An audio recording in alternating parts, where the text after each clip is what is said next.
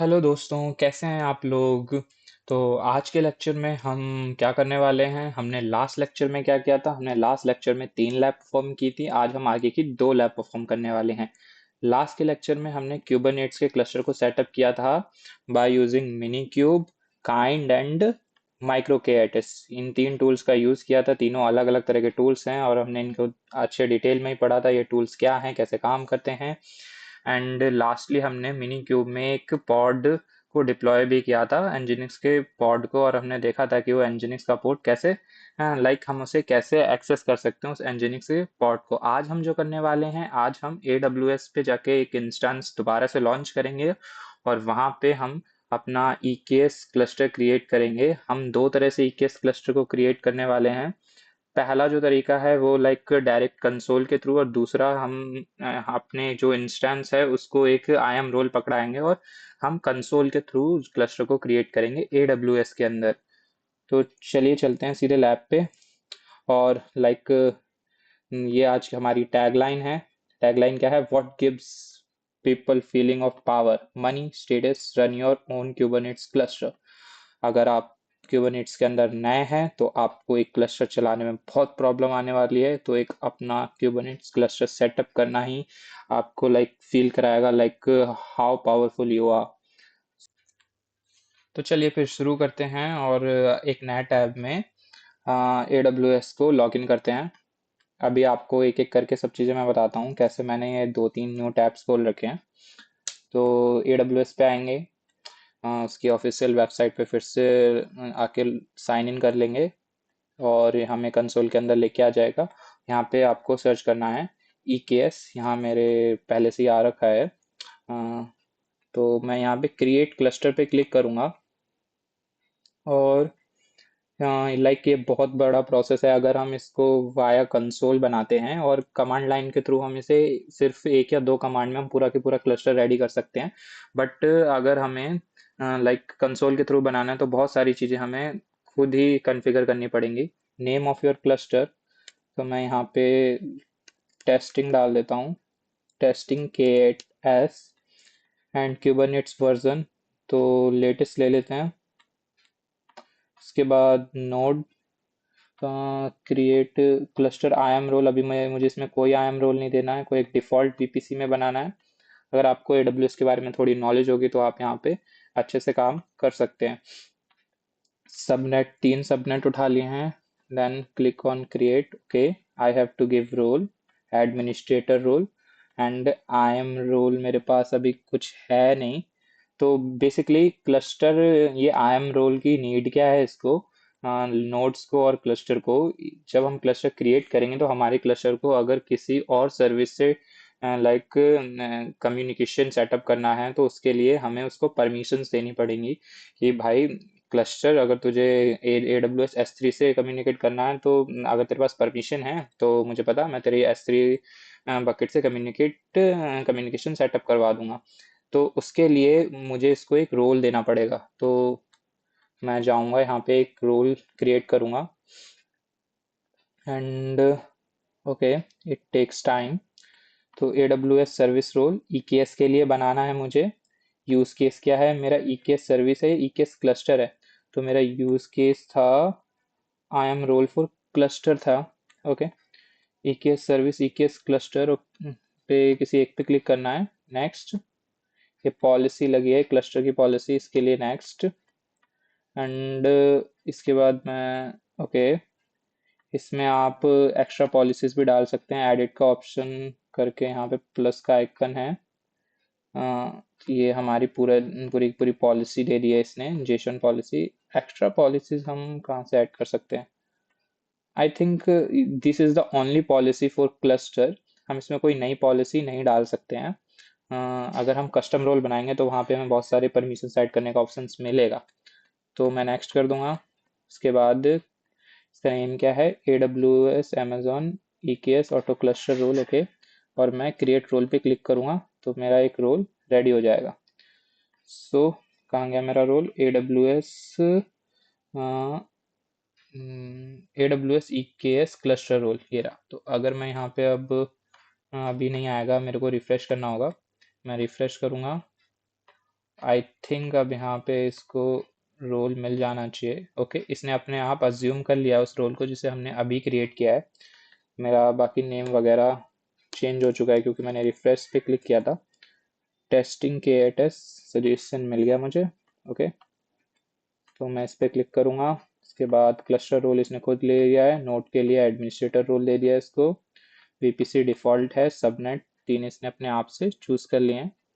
मैं क्रिएट पे क्लिक करूंगा और लाइक हाँ, ये कम से कम 10 मिनट के अराउंड लेगा हमारे क्लस्टर को क्रिएट करने के लिए।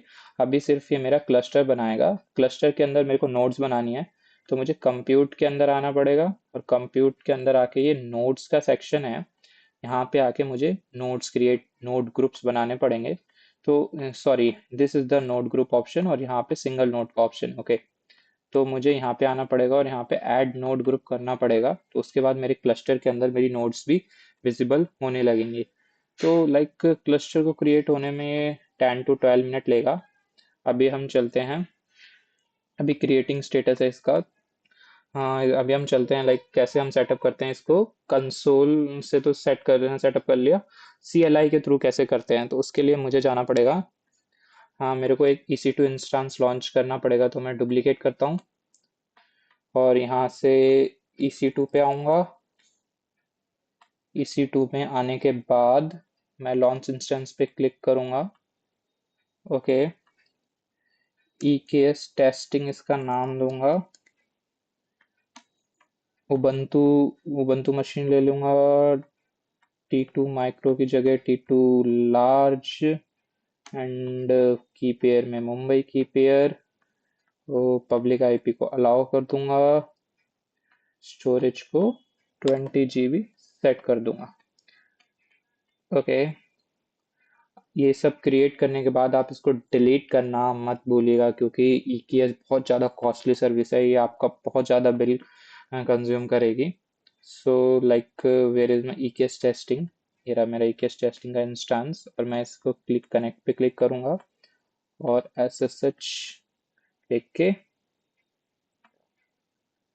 तो ये हमने लास्टली एक इंस्टेंस लॉन्च किया था, ये अभी तक वही शो कर रहा है लास्ट के लेक्चर में जो हमने काम किया था।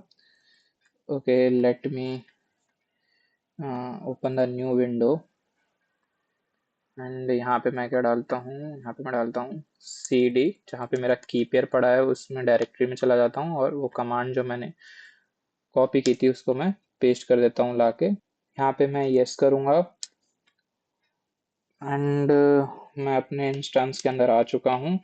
और मेरे को एक क्लस्टर चलाने के लिए काफ़ी चीज़ों की ज़रूरत है। एक डॉकर की ज़रूरत है, AWS CLI की ज़रूरत है, kubectl EKSCTL, बहुत सारे टूल्स की ज़रूरत है। अब इन सारे टूल्स को वन बाय वन तो हमें इंस्टॉल करने से रहे, तो लाइक एक मैं फाइल बनाऊंगा यहाँ पे स्क्रिप्ट। पहले तो apt अपडेट कमांड चला लेता हूँ और वो फाइल मुझे कहाँ से उठा के लेके आनी है।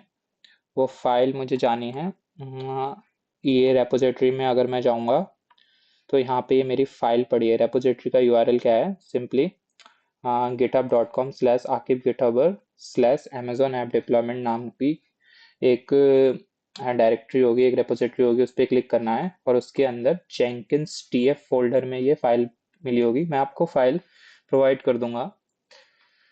ओके, तो मैं यहाँ से इस पे कॉपी पे क्लिक करूँगा इसके कोड को। और ये कोड क्या कर रहा है बेसिकली, ये मेरे जितने भी रिक्वायर्ड टूल्स हैं वो से लेके आ रहा है। ओके, तो आई थिंक यहाँ जावा वगैरह को इंस्टॉल कर रहा है, उसकी ज़रूरत तो मुझे है नहीं। मेरे को क्या करना है, मेरे को जेंकिन्स की भी नीड नहीं है, बट हाँ फाइल कर रहे तो लाइक हम डाल देंगे, कोई इशू नहीं है। डॉकर की मेरे को ज़रूरत है लेकिन सोनार क्यूब का कंटेनर की ज़रूरत नहीं है। ट्रिवी की भी नीड नहीं है। CLI चाहिए तो CLI भी यहाँ पे मिल जाएगा। नोड JS की नीड नहीं है। Terraform, kubectl, of course kubectl की हमें ज़रूरत होगी। तो यहाँ पे EKCTL और नहीं है, उसको हम लाइक दूसरी कमांड्स के थ्रू इंस्टॉल कर लेंगे या फिर इसी में मैं इंक्लूड करता हूँ। Just wait a minute. मैं यहाँ पे कमांड चलाऊंगा vim script.sh और यहाँ पे लाइक लाके सारी कमांड्स पेस्ट कर दूंगा। तो एक kubectl terraform वगैरह इंस्टॉल कर देगी। मेरे को नीड किस की है, kubectl की है, eksctl की है, aws cli की है एंड डॉकर की नीड है। सो मैं यहाँ पे एक और सेक्शन ऐड करता हूँ जो कि मेरा eksctl का सेक्शन है। Just wait a minute. तो मुझे कुछ भी एडिट करना है तो मैं प्रेस करूँगा आई, और उसके बाद मैं इसमें इंसर्ट कर सकता हूँ अपना डेटा। तो हैशटैग इंस्टॉल kubectl। सो kubectl की कमांड्स कहाँ हैं, मैं वापस अपने eraser.io पे आऊँगा, इसको कॉपी करूँगा, वापस जाऊँगा, यहाँ पे पेस्ट करूँगा एंड उसके बाद जो दूसरी कमांड है, ओके sudo लिख देता हूँ इसके आगे। जो दूसरी कमांड है वो है मेरी मूव की कमांड एंड लास्टली वर्जन की कमांड। ओके, तो ये मेरी kubectl मैंने लिखा है यहाँ पे, सॉरी eksctl होना चाहिए यहाँ पे, eksctl। तो ये eksctl को इंस्टॉल कर देगा। बेसिकली eksctl क्या है, जैसे लाइक हम लोकल में कमांड से जो क्लस्टर से इंटरेक्ट करते हैं वो kubectl के थ्रू इंटरेक्ट करते हैं।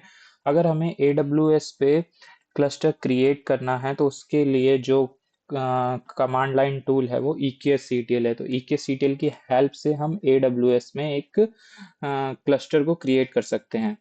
सो मैं क्या करूँगा, मैं बेसिकली यहाँ पे एग्जिट कर जाऊँगा, escape colon, okay wait a minute, escape colon WQ। तो मेरी फाइल रेडी है। अब मैं इसको रन कर दूंगा, bash run, sorry bash script dot sh। तो ये एक एक करके सब चीज़ें इंस्टॉल करेगा वन बाय वन। तो अब मुझे कुछ भी मैन्युअली सारी कमांड्स रन करने की ज़रूरत नहीं है।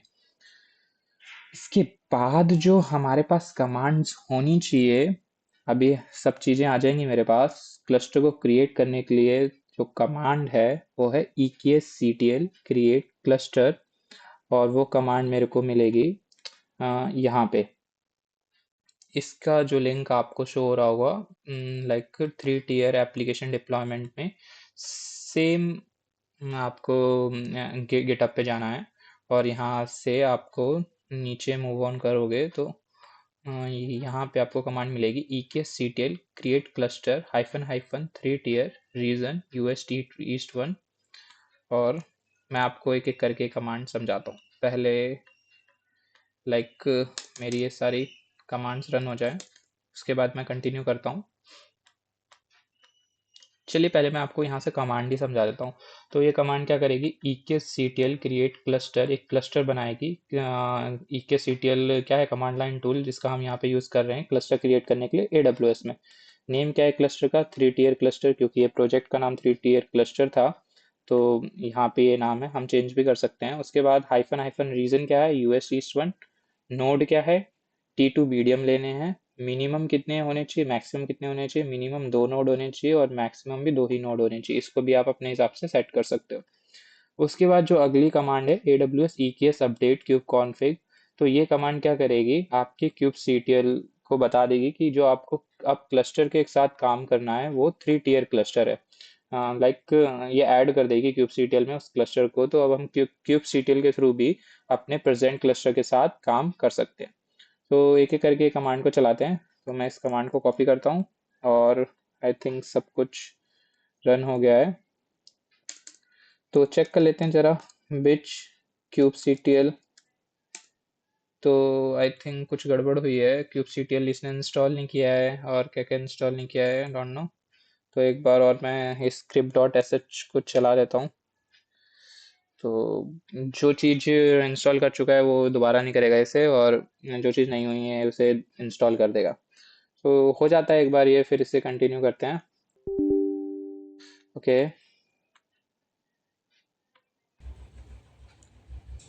सो जब तक ये स्क्रिप्ट चल रही है तब तक हम देख लेते हैं कि हमारा जो क्लस्टर मैन्युअली क्रिएट किया था वो क्रिएट हुआ है या नहीं क्रिएट हुआ है।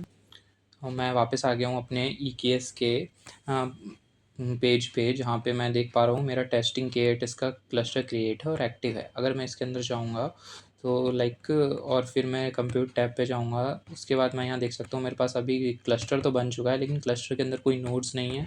नोड कॉन्फ़िगरेशन में 2 नोड पूल्स दिखेंगे एंड लाइक ये नोड ग्रुप ये मैंने अभी क्रिएट किया था, बट ये हुआ नहीं था, तो मैं एक बार इसे आपको दोबारा क्रिएट करके दिखा देता हूँ कि कैसे हम इसमें नोड्स ऐड कर सकते हैं अपनी क्लस्टर में। तो उसके लिए मैं क्रिएट क्लिक करूँगा ऐड नोड ग्रुप पे एंड उसके बाद इसको नेम दे दूँगा demo node, demo nodes and उसके बाद डेमो नोड्स के बाद एडमिनिस्ट्रेटर रोल पे ही रहने दूंगा और सब कुछ एज इट इज़। यहाँ पे जो सबसे पहला ऑप्शन मिलेगा वो आपको मिलेगा AMI सिलेक्ट करने का, जिसमें मैंने ये अमेजोन लिनक्स इसमें पहले से सेट हो रखा है। आप चाहें तो चेंज कर सकते हैं, इसको विंडो में भी चेंज कर सकते हैं एंड ये हमें बताता है कि हमें किस तरह की मशीन चाहिए जो हमारे नोड्स बनेंगी। उसमें विंडो चाहिए, लिनक्स चाहिए।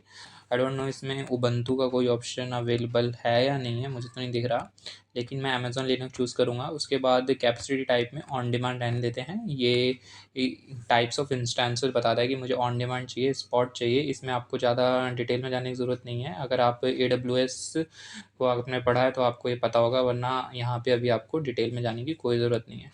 एंड इंस्टेंस टाइप में भी T3 मीडियम में हमें क्या क्या मिलेगा, हमें 2 वर्चुअल CPU मिलेंगे, 4 GB की रैम मिलेगी और लगभग 5 गीगाबाइट यानी 5 GB की हमारी नेटवर्क बैंडविड्थ मिलेगी।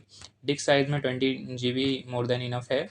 एंड उसके बाद desired size, minimum size and maximum size, इसमें क्या है कि हमें जो नोड्स बनेंगे वो लाइक स्टार्टिंग में कितने बनने चाहिए, 2 बनने चाहिए और मिनिमम कितने रहने चाहिए। मिनिमम किसी भी हाल में 1 नोड, अगर मैं यहाँ पे 1 कर देता हूँ तो 1 नोड तो रहना ही रहना चाहिए।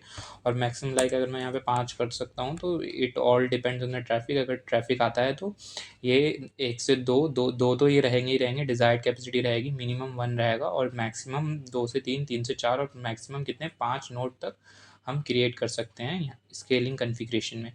और ये कैसे डिपेंड करेगा, ये पूरा की पूरा ट्रैफिक पे डिपेंड करेगा। Then node group configuration update, तो हमें कैसे नोड ग्रुप्स को बढ़ाना है, लाइक नंबर में बढ़ाना है, परसेंटेज में बढ़ाना है। हमारे पास 10 नोड पड़े हैं, 10 नोड में से अगर मुझे 50% बढ़ाना है यानी 5 नोड बढ़ाने हैं, तो मैं यहाँ परसेंटेज में 50 डाल दूंगा। तो ऑटोमेटिकली जब भी ज़्यादा ट्रैफिक होगा तो वो नए 5 नोड क्रिएट कर देगा। लेकिन अगर मुझे नंबर में बढ़ाना है, लाइक मुझे 2 3 4 ऐसे नंबर्स में नोड्स को बढ़ाने हैं, तो मैं यहाँ नंबर टाइप कर दूंगा। सिंपली मैं यहाँ पे एक रखता हूँ कि कोई भी ट्रैफिक आए तो 1 नोड बढ़ा देते हैं नॉर्मली जो भी रहेगा। और उसके बाद मैं नेक्स्ट पे क्लिक करूँगा। ये 3 सबनेट्स हैं मेरे, इसको मैं क्लिक रहने दूंगा एज इट इज़। सबनेट के बाद रिव्यू एंड क्रिएट, यहाँ पे आप देख लीजिएगा आपने क्या क्या चीज़ें सेलेक्ट की हैं और उसके बाद आप क्रिएट ऑप्शन पे क्लिक कर देना। तो बेसिकली सबसे पहले हमने क्या किया, हमने नोड ग्रुप्स में बताया कि हमें क्या चाहिए। सेट कंप्यूट एंड स्केलिंग में हमें लाइक ये दिखाया कि नंबर ऑफ इंस्टांसेस कितने रहने चाहिए, जो नोड्स होनी कितनी होनी चाहिए। और नेटवर्किंग में हमें उनके सबनेट को डिफाइन कर दिया। रिव्यू एंड क्रिएट पे क्लिक करेंगे और उसके बाद ये नोड ग्रुप बनने में of about like 5 to 10 minutes लेगा नोड ग्रुप के क्रिएशन में। जब तक ये नोड ग्रुप का क्रिएशन होता है तब तक हम देखते हैं जाके कि हमारी वो डिफ़ॉल्ट जो हमने स्क्रिप्ट चलाई थी वो आई थिंक पूरी हो चुकी है। अगर मैं यहाँ पे टाइप करूँगा, लाइक टर्मिनल फिर से वर्क नहीं कर रहा है और इसका मेन रीज़न है कि लाइक पॉज हो गया दोबारा से, तो मुझे दोबारा लॉगिन करना पड़ेगा, दोबारा SSH करना पड़ेगा। तो दोबारा से मैं एक कमांड कॉपी करूँगा, लाके इसमें पेस्ट कर दूँगा और मैं दोबारा अपने इंस्टेंस के अंदर चला जाऊँगा। sudo su, हमारी स्क्रिप्ट रन हो चुकी है और मैं चेक करूँगा यहाँ पे विच kubectl, तो ये मेरे को दिखाएगा यूज़र बिन यहाँ पे पड़ा हुआ है kubectl। ekctl का वर्जन चेक करूँगा, लाइक बिच ekctl, तो ये ekctl भी सेम डायरेक्टरी में मेरा प्रेजेंट है। अब मुझे क्या करना है, अब मुझे क्लस्टर क्रिएट करना है। अभी मैंने क्लस्टर कैसे बनाया है, नोट ग्रुप कैसे क्रिएट किए हैं, by using the console of AWS। अब मैं क्लस्टर कैसे क्रिएट करूँगा, by using the command line tool CLI के थ्रू। AWS का एक CLI जो कि मेरी नोड्स में मैंने जब मैंने स्क्रिप्ट चलाई थी वहाँ पे एक ऑप्शन था कि मैं AWS के CLI को इंस्टॉल करने का, तो वहाँ से मेरा AWS CLI इंस्टॉल हो चुका है। अब उसके इंस्टॉल होने के बाद जो सबसे पहला मेरा काम क्या है कि मुझे अपने AWS के अंदर लॉगिन करना है। तो उसके लिए जो कमांड है वो है AWS configure। जैसे मैं कमांड चलाऊंगा तो मुझसे ये दो चीज़ें पूछेगा, एक एक्सेस की और एक प्राइवेट की। आई थिंक सो ये दोनों मेरे को क्रिएट करनी पड़ेंगी। ये दोनों कैसे क्रिएट करनी पड़ेंगी, तो उसके लिए मुझे एक आई एम यूज़र क्रिएट करना पड़ेगा। तो मैं फिर से जाऊँगा AWS कंसोल पे, यहाँ पे लिखूँगा आई एम यूज़र। क्या करेगा, बेसिकली मेरे को दो की देगा जिससे मैं सिक्योरली अपने AWS कंसोल में लॉगिन हो जाऊंगा। कुछ भी नहीं करना, आपको यहाँ पे आना है, यूज़र्स पे क्लिक करना है। यहाँ से पहले ही मेरे नाम का एक यूज़र क्रिएट हुआ पड़ा है, तो लाइक मैं आपको क्रिएट करके दिखा देता हूँ ताकि आपको कोई एरर ना। यूज़र नेम में मैं डेमो यूज़र डाल देता हूँ। Provide AWS access to the management console में यहाँ पे सिलेक्ट करूँगा I want to create an IAM user. Auto generated password पे ही क्लिक रहने दूंगा और नेक्स्ट पे क्लिक करूँगा। अटैच पॉलिसीज़ डायरेक्टली में मैं इसको एडमिनिस्ट्रेटर एक्सेस दे दूंगा कि कुछ भी कर सकता है मेरा यूज़र। अभी तो मैं यहाँ कोई ग्रैनुलर परमिशन नहीं दे रहा हूँ, लेकिन आप बहुत ध्यान रखिएगा कि आपको जितना काम करवाना है उतनी ही आप परमिशन इसको प्रोवाइड करें अपने यूज़र को। उसके बाद मुझे कुछ नहीं करना है, क्रिएट यूज़र पे क्लिक करना है। मेरा यूज़र क्रिएट हो गया है। मैं इसकी CSV फाइल डाउनलोड कर लेता हूँ। आई थिंक सो मेरे को इसकी ज़रूरत नहीं है, बट फिर भी मैं डेमो यूज़र पे फिर से क्लिक करूँगा। क्लिक करने के बाद मैं सिक्योरिटी क्रेडेंशियल्स पे आऊँगा, नीचे जाऊँगा और यहाँ पे एक्सेस की में क्रिएट एक्सेस की पे क्लिक करूँगा और कमांड लाइन इंटरफेस यहाँ से सिलेक्ट करूँगा, नेक्स्ट करूँगा। ओके, आई अंडरस्टैंड, इस पर क्लिक करना है, क्रिएट एक्सेस की पे क्लिक कर देना। तो मेरे को ये क्या दे देगा, एक सीक्रेट की देगा और एक एक्सेस की देगा। तो जो मेरे से यहाँ पे मांग रहा था, वो एक्सेस की मांग रहा था, मैंने वहाँ से कॉपी की, यहाँ पे मैंने पेस्ट कर दी। अब मेरे से सीक्रेट की मांग रहा है, सीक्रेट की मैं यहाँ से कॉपी करूँगा, यहाँ पे पेस्ट कर दूँगा। उसके बाद रीज़न डिफ़ॉल्ट हमारा जो है उसी को रहने देते हैं, आउटपुट फॉर्मेट सब कुछ एज इट इज़ रहने देते हैं। अब हमने क्या किया, हमने AWS के अंदर लॉगिन कर लिया है। AWS के कंसोल को हम यहाँ से कंट्रोल कर सकते हैं। अगर मैं AWS S3 ls करूँगा तो ये कमांड लाइक मेरे को लिस्ट करेगी कि AWS के अंदर कितनी बकेट हैं एट दैट पर्टिकुलर रीजन, उस पर्टिकुलर रीजन में कितनी बकेट। अभी मेरे पास कोई बकेट नहीं है तो मेरे को कुछ भी शो नहीं कर रहा है। उसके बाद मेरे को करना क्या है, मेरे को क्लस्टर क्रिएट करना है सिंपली। तो क्लस्टर क्रिएट करने के लिए जो कमांड है मैं वो उठा के लेके आता हूँ, that is EKSCTL create cluster.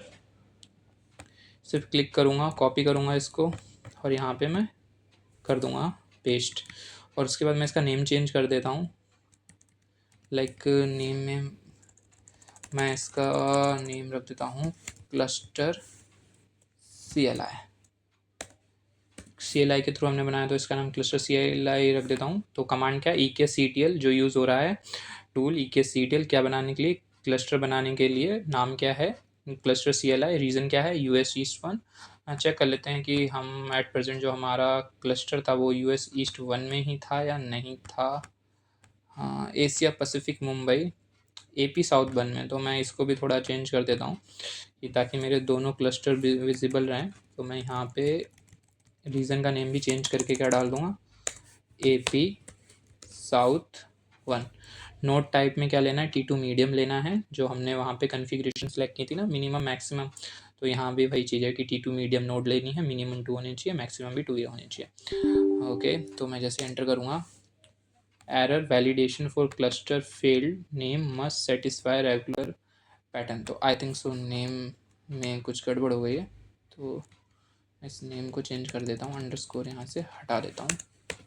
Okay, तो मेरा क्लस्टर क्रिएट होना शुरू हो चुका है। Building cluster stack, deploying stack, EKSCTL create cluster CLI cluster. तो ये भी लगभग यहाँ से अराउंड 10 मिनट्स खाएगा मस्त क्लस्टर को बनाने के लिए। जब तक ये क्लस्टर क्रिएट हो रहा है, लाइक हम देखते हैं कि हमारे नोड ग्रुप क्रिएट हो चुके हैं या नहीं हो चुके हैं, और देखते हैं कि वीडियो में हम आगे क्या करने वाले हैं। अगर मैं यहाँ नोट्स पे क्लिक करता हूँ तो अभी तक तो कोई नोट बना नहीं है, कुबरनेट्स लेबल्स।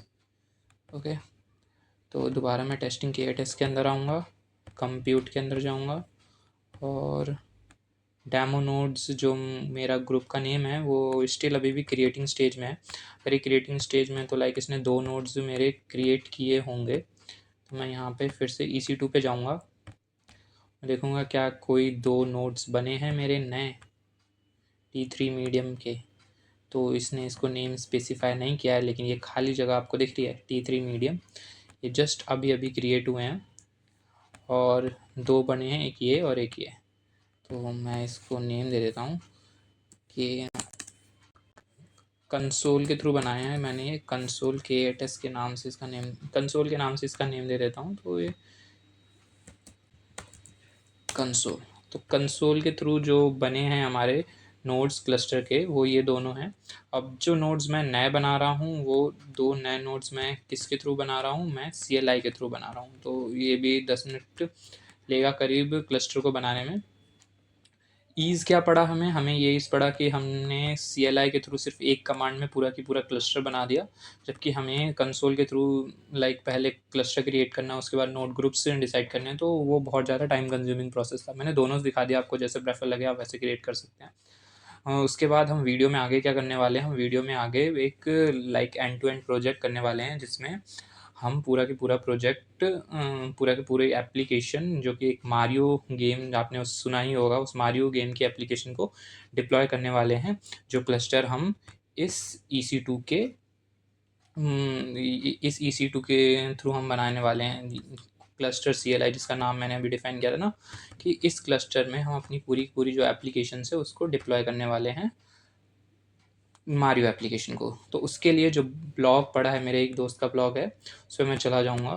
तो ये उसका ब्लॉग है basically, deployment Super Mario on Kubernetes using Terraform. तो हम यहाँ टेराफॉर्म का तो यूज़ करने वाले नहीं हैं, तो इस पार्ट को तो स्किप कर देते हैं। टेराफॉर्म का यहाँ बेसिकली यूज़ इसलिए हो रहा है क्लस्टर क्रिएट करने के लिए, ये पूरी चीज़ों को और ज़्यादा ऑटोमेट कर देगा। तो हम टेराफॉर्म का कोई यूज़ करने वाले नहीं हैं। हम टेराफॉर्म की जगह हमारा क्लस्टर बन चुका है, हमें सिर्फ क्या करना है, हमें गिटहब से वो सोर्स कोड लेके आना है और सिंपली उसको डिप्लॉय करना है। ओके, तो हमें कहाँ से शुरू करना है ये ब्लॉग। हम सब चीज़ें इंस्टॉल कर चुके हैं, हमारा डॉकर सेटअप है, टेराफॉर्म हमें चाहिए नहीं, AWS CLI हमने इंस्टॉल कर लिया था, kubectl भी हमने इंस्टॉल कर लिया था। ओके, फिर हम नीचे जाएंगे। हमने एक चीज़ अभी नहीं की है, आई थिंक सो, वो भी हम साथ ही में कर लेते हैं कि हमारा जो इंस्टेंस है, हमारा जो बेस सर्वर है, किधर गया, EKS टेस्टिंग वाला, इसको मुझे एक IAM रोल देना पड़ेगा। वो IAM रोल क्या करेगा, इसको किसी से भी कम्युनिकेट करना है, हमारे EC2 को किसी से भी कम्युनिकेट करना है, किसी भी सर्विस को एक्सेस करना है, तो वो उसको अलाउ करेगा किसी भी सर्विस को AWS के अंदर कम्युनिकेट करने के लिए, क्रिएट करने के लिए। अभी हम क्या करने वाले हैं, थिंक सो क्लस्टर क्रिएट हो रहा है। ओके, तो मैं इस IAM रोल को यहाँ पे लाके अटैच कर दूंगा। तो मैं दोबारा से जाऊँगा IAM पे। IAM पे जाने के बाद मैं रोल्स पे जाऊँगा, क्रिएट रोल पे क्लिक करूँगा, AWS सर्विस पे क्लिक करूँगा और यहाँ से जो यूज़ केस है मेरा EC2 सेलेक्ट करूँगा और नेक्स्ट पे क्लिक करूँगा। परमिशन क्या डाल देता हूँ, एडमिनिस्ट्रेटर एक्सेस सिंपली, और नेक्स्ट पे क्लिक करूँगा और रोल का नेम डाल देता हूँ मैं K8s टेस्टिंग नाम से, जिससे मेरा EC2 चल रहा है, उसी नाम पे मैं इसका रोल का नाम भी डिफ़ाइन कर देता हूँ।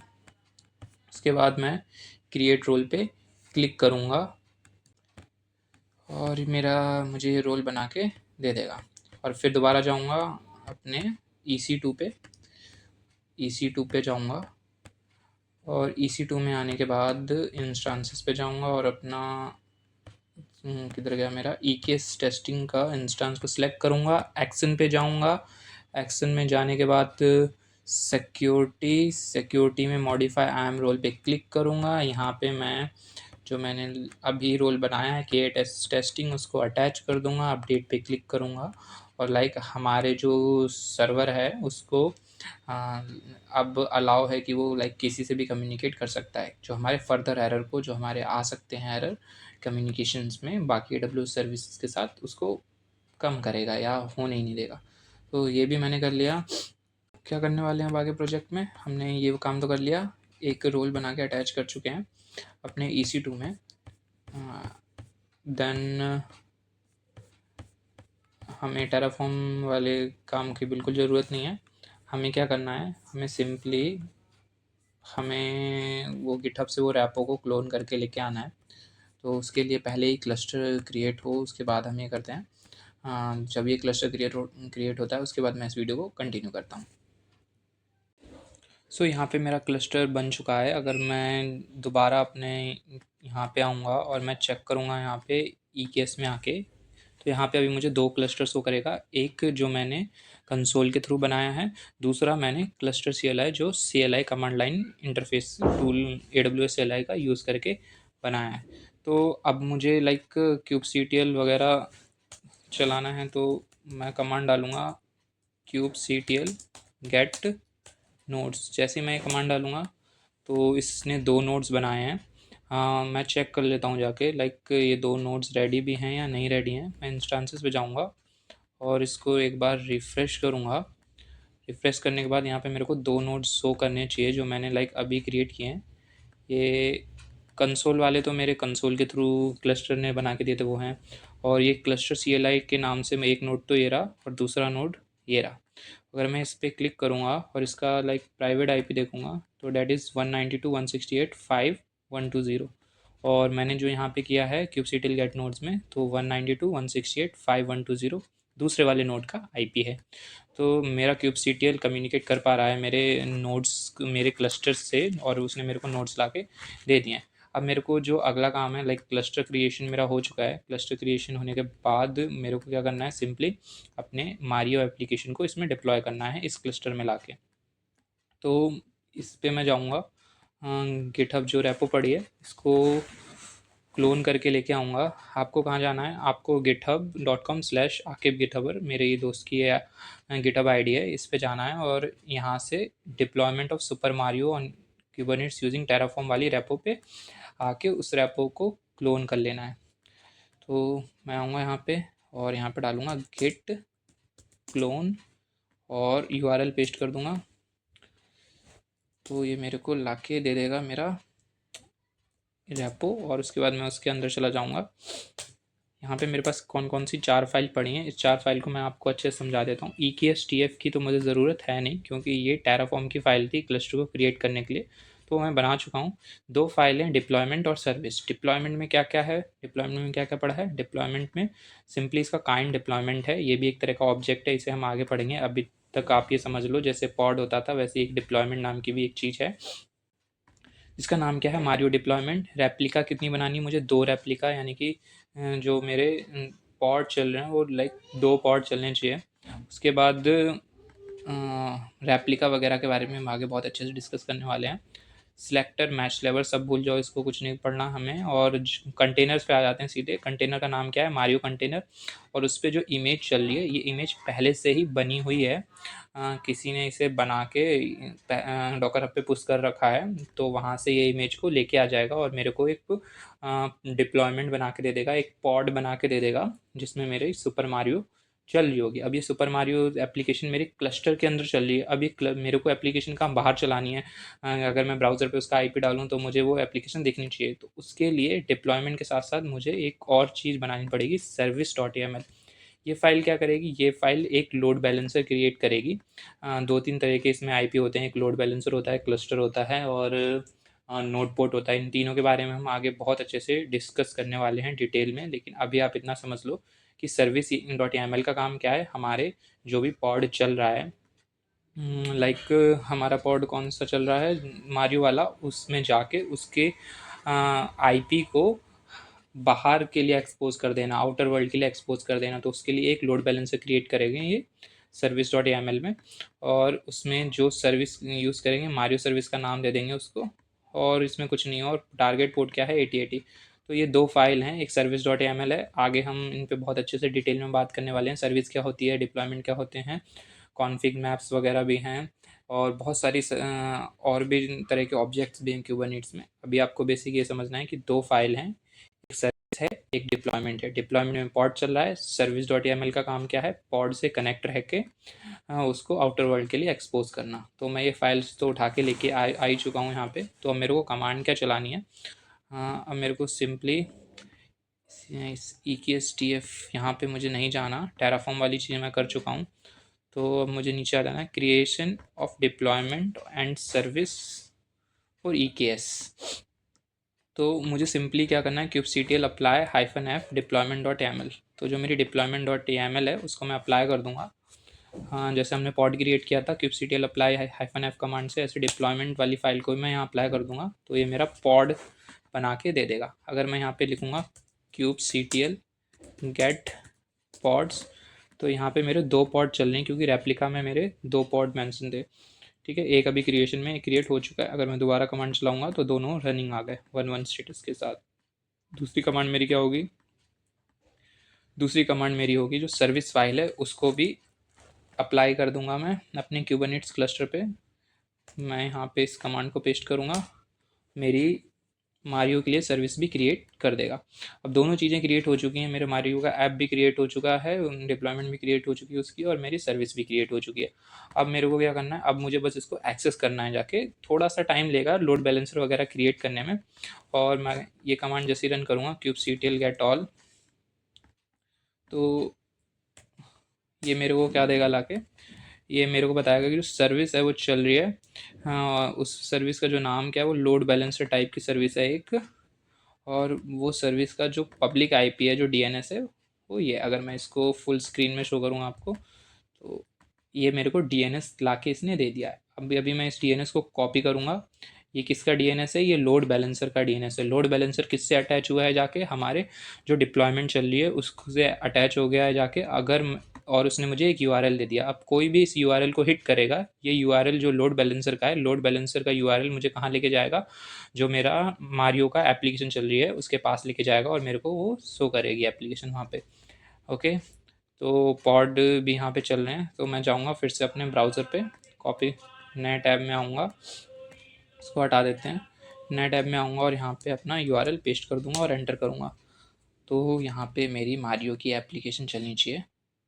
तो अभी ये नहीं चल रही है, इसका रीज़न ये है कि लाइक अभी हमने लोड बैलेंसर पे लोड बैलेंसर बनाया, उसको सेट होने में थोड़ा सा टाइम लगेगा। तो उसके लिए मुझे क्या करना है, एक बार देख लेता हूँ मैं लोड बैलेंसर में आके। आपको कहाँ आना है, EC2 वाले सेक्शन में लोड बैलेंसर पे आना है। तो इसने एक लोड बैलेंसर जस्ट क्रिएट तो किया है, February 11 2025 को। टाइम यहाँ पे शो नहीं हो रहा है। ओके, तो मैं इस पर क्लिक करूँगा। 15:33, हाँ लाइक 3:33 पे इसने क्रिएट किया और 3:35 टाइमिंग हो रही है। तो इस पर मैं क्लिक करूँगा और इसके अंदर चला जाऊँगा लोड बैलेंसर के, और ये मेरे को आईपी देगा। किधर गया, ये रहा इसका डीएनएस नेम। ऑफ कोर्स तो सेम डीएनएस नेम ही है, बट अभी मेरे को एक्सेस नहीं हो रहा है। एक बार मैं दोबारा पेस्ट कर देता हूँ इसको यहाँ पे। आई थिंक अब एक्सेस हो जाना चाहिए इसको, और मेरी एप्लीकेशन चलनी चाहिए। अभी हमारी एप्लीकेशन रनिंग नहीं है, इसका एक ही रीज़न है कि अभी लोड बैलेंसर अभी हमारा अच्छी तरह से कॉन्फ़िगर नहीं हुआ है। ये आधे से 1 मिनट लेगा कॉन्फ़िगर होने में, उसके बाद हमारी एप्लीकेशन परफेक्टली रनिंग हो जाएगी। तो तब तक वेट करते हैं और मैं वहाँ से वीडियो को कंटिन्यू करता हूँ जहाँ से हमारी एप्लीकेशन रनिंग है।